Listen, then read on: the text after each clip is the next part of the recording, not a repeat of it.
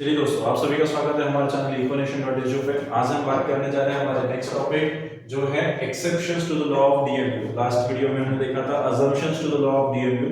ये अज्यूम करके चलना पड़ता है जब हम बात करते हैं other things being constant. Other things being constant हमेशा हमारा क्या रहेगा? अजम्पशंस रहेंगे।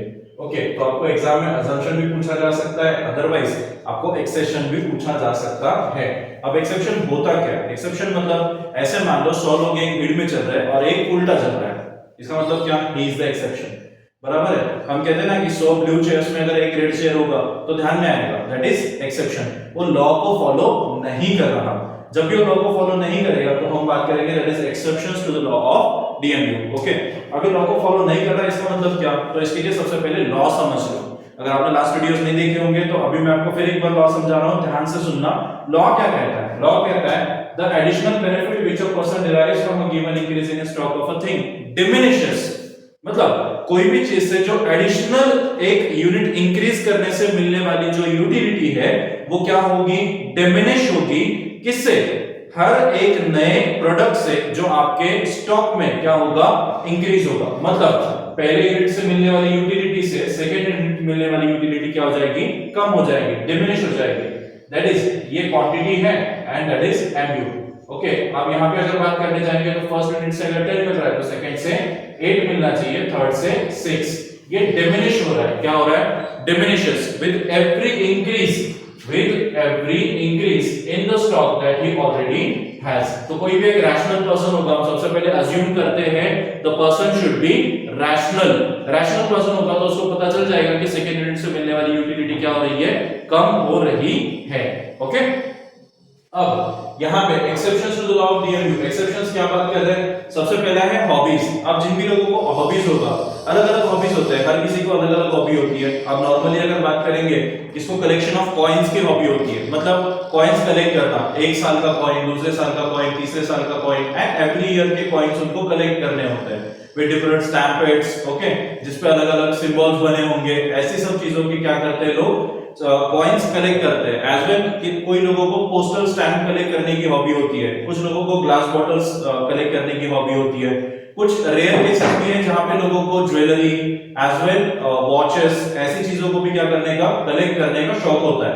ओके, तो ये हॉबीज हो गई। हॉबीज में ये लॉ एप्लीकेबल नहीं होता। The law does not hold true. Why? क्योंकि because every additional increase in the stock gives more pleasure। जैसे कि एक सिंपल चीज, अब मान लो मुझे वॉच का शौक है, मुझे वॉचेस बहुत पसंद है, हैंड वॉचेस। मैं अगर रिस्ट वॉच कहूं तो रिस्ट वॉच मुझे बहुत पसंद है। तो ऐसे अगर केस में मेरे पास एक वॉच है, मान लो टी-शर्ट का।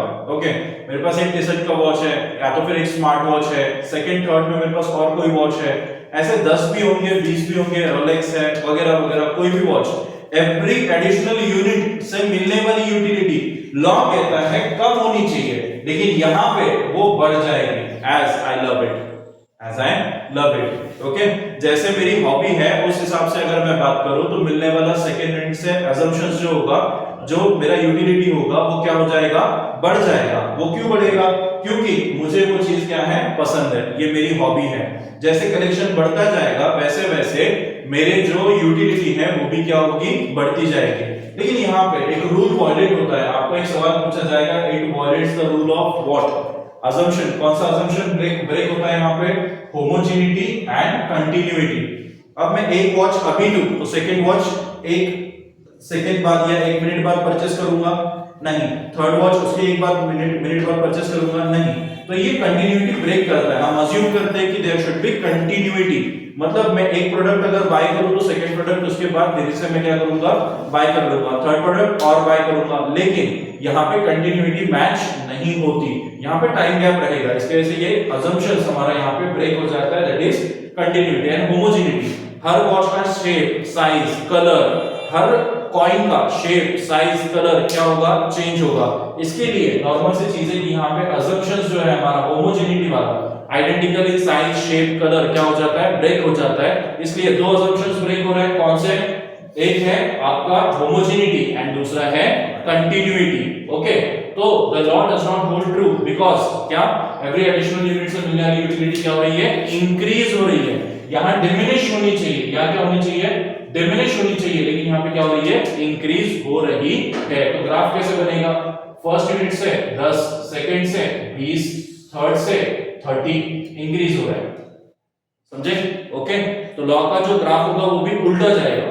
ओके, वो जैसे left to right downward direction आ रहा था, ये left to right upward direction क्या करेगा, स्लोप करेगा। ओके, अब यहाँ पे माइजर मतलब चिंगूस आदमी, चिंगूस आदमी को पैसे से बहुत ज्यादा लगाव होता है, बहुत ज्यादा। जितना भी वो पैसा सेव करेगा, हर एक सेविंग पे उसको और यूटिलिटी मिलती जाएगी। तो नॉर्मल सी चीज है, देखो in case of miser additional rupee gives him more and more satisfaction, और पैसा बचाएगा और ज्यादा सेटिस्फैक्शन, और पैसा बचाएगा और ज्यादा सेटिस्फैक्शन। वो हर जगह पे पैसा बचाने के बारे में सोचेगा और ज्यादा पैसा सेव करने के बारे में सोचेगा। ओके, तो माइजर की ये जो क्वालिटी है, इसकी वजह से माइजर एक रूल ब्रेक करता है, एक असम्पशन ब्रेक करता है, दैट इज रैशनैलिटी। आपको ये 1 मार्क के लिए क्वेश्चन आएगा, हाईलाइट किया है, हमेशा याद रखना और लिख भी लेना। आप मेरे साथ साथ नोट्स अगर क्रिएट कर रहे होंगे तो इन सबको अच्छे से नोट डाउन कर लेना, और जहां जहां पे हाइलाइटेड पार्ट है उसको अलग से हाईलाइट करना मत भूलना। ओके, तो it violets the assumption of what, माइजर। जो माइजर का हमारा ये है एक्सेप्शन है, वो एक असम्पशन ब्रेक करता है, वो कौन सा है, rationality. The person is not rational. Every additional unit उसको क्या होना चाहिए, समझना चाहिए कि मेरी यूटिलिटी कम कम होते जानी चाहिए, लेकिन रैशनल वो है क्या, नहीं है। माइजर कोई भी केस में नॉर्मल नहीं होता है, is not a rational person. उसको एवरी एडिशनल रुपीज से मिलने वाला सेटिस्फैक्शन क्या रहेगा, बढ़ जाएगा। इसकी वजह से डिमिनिश होगा क्या, नहीं, इसलिए लॉ ऑफ डीएमयू यहाँ पे एक्सेप्टेड नहीं है। ओके, यहाँ पे लागू नहीं होगा। नेक्स्ट है मेरे पास एडिक्शंस। एडिक्शंस हर चीज की पकड़ लो, एवरी एडिक्शन, कोई भी चीज का addiction, cigarette, smoking, drinking, everything. यहाँ पे क्या होता है, हर बंदा जो नेक्स्ट पेग लेगा या नेक्स्ट स्मोक करेगा, उससे उसको एवरी एडिशनल यूनिट से मिलने वाली यूटिलिटी क्या होगी, ज्यादा होगी, बढ़ते जाएंगे। तो लॉ ब्रेक हुआ है, नहीं हुआ, डिमिनिश होना चाहिए, लेकिन वहां पे क्या हो रहा है, बढ़ रहा है, बढ़ते जा रहा है, बढ़ते जा रहा है, बढ़ते जा रहा है। क्यों, क्योंकि नेक्स्ट यूनिट कंज्यूम करने पे उसको क्या मिलेगा, और ज्यादा यूटिलिटी बढ़ेगी। तो यहाँ पे मैंने क्या लिखा, एमयू रिसीव्ड बाय एडिक्टर्स में इंक्रीज। अब यहाँ पे आपको ड्रंकर्स दिया है आपके बुक में, लेकिन मैं एडिक्टर्स लिख रहा हूँ इन जनरल, क्योंकि कोई भी एडिक्शन से आने वाला रिजल्ट क्या रहता है, सेम रहता है, whether it is about smokers, whether it is about drunkards or anything। Okay, तो it violates the assumption of what, rationality।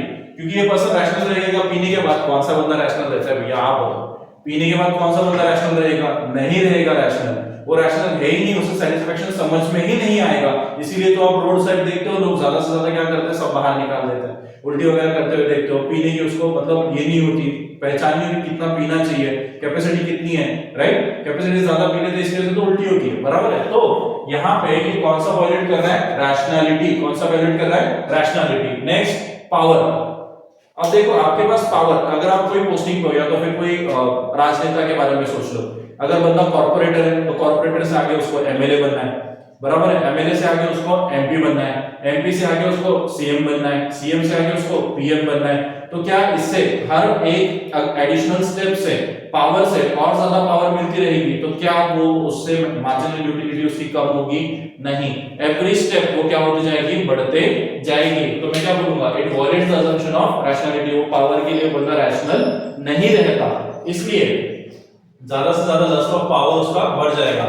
Lust of power ये क्या होता है, यहाँ पे इंक्रीज हो जाता है। ओके, इसकी वजह से उसका मार्जिनल यूटिलिटी क्या हो नहीं रहा, कम नहीं हो रहा, एवरी एडिशनल यूनिट से मिलने वाली यूटिलिटी बढ़ते जा रही है।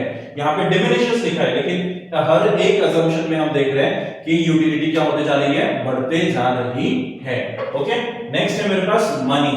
मनी का आपको बहुत ही पॉसिबिलिटी है, 101% आपको ये क्वेश्चन आता है, ये क्वेश्चन 1 मार्क के लिए आपको क्या पूछा जाएगा, MU of money is more to the poor person than to a rich person, true और फॉल्स। तो आप क्या लिखोगे, यस, क्योंकि पैसे से मिलने वाली यूटिलिटी गरीबों को ज्यादा होती है, अमीरों को कम होती है, इसलिए अमीर उसको उड़ा देता है और गरीब उसको सेव करने की कोशिश करता है। 10,000 भी आपको मिल जाए तो आपको उसकी यूटिलिटी बहुत ज्यादा रहेगी अगर आप गरीब हो, और आप बहुत अमीर हो तो आपको 10,000 ऐसे लगेगी कि चिल्लर है, इसको कमाने में ज्यादा देर नहीं लगेगी, तो आपको उसका वैल्यू नहीं है। तो यहाँ पे मैंने क्या लिखा, MU of money never becomes zero.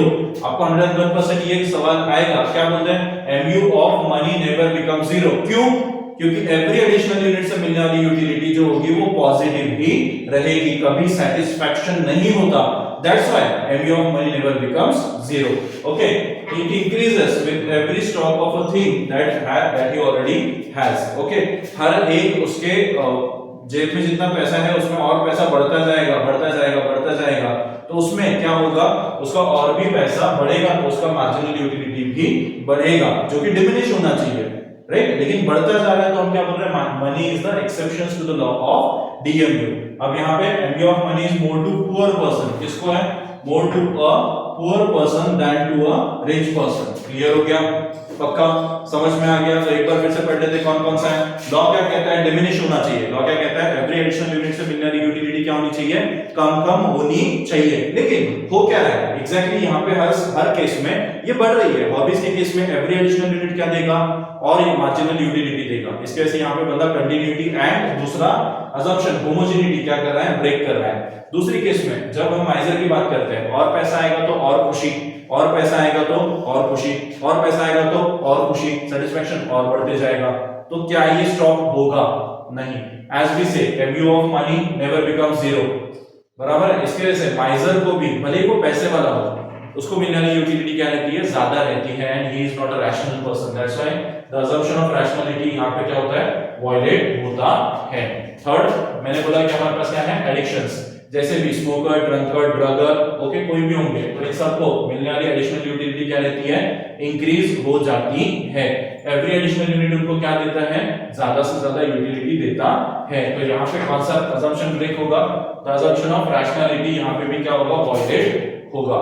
Next, power, ज्यादा लालच, और पावर की लालच बढ़ती रहेगी और पावर भी मिलता रहेगा। तो MU of power never zero या never decreases, it always goes on increasing. Okay, next, money का हमने पहले ही बोला कि MU of money never become zero. Marginal utility of money zero क्यों नहीं हो सकता, क्योंकि चाहे वो अमीर हो चाहे गरीब हो, वो उससे मिलने वाला सेटिस्फैक्शन बढ़ता ही रहेगा। ओके, तो ये कभी जीरो नहीं होता। अगर जीरो हो गया तो साधु महात्मा बन जाओगे, हिमालय में जाके रहना पड़ेगा, राइट, वो कभी नहीं होता। It increases when stock of money increases, जैसे जैसे पैसे की और आपके पास स्टॉक बढ़ता जाएगा, और पैसा आता जाएगा, वैसे वैसे मनी का क्या होता रहेगा, आपको एमयू भी बढ़ता रहेगा। तो इन सब केसेस में एमयू क्या हो रहा है, बढ़ रहा है। एमयू क्या हो रहा है, बढ़ रहा है, जहां वो क्या होना चाहिए, कम होना चाहिए। तो इसी को कहते हैं exceptions to the law of DMU. समझ में आ गया होगा बहुत अच्छे से। आई होप कि आपको अंडरस्टैंडिंग ये हो रहा है। अगर हो रहा है तो लाइक, शेयर एंड सब्सक्राइब करना मत भूलना। Thank you.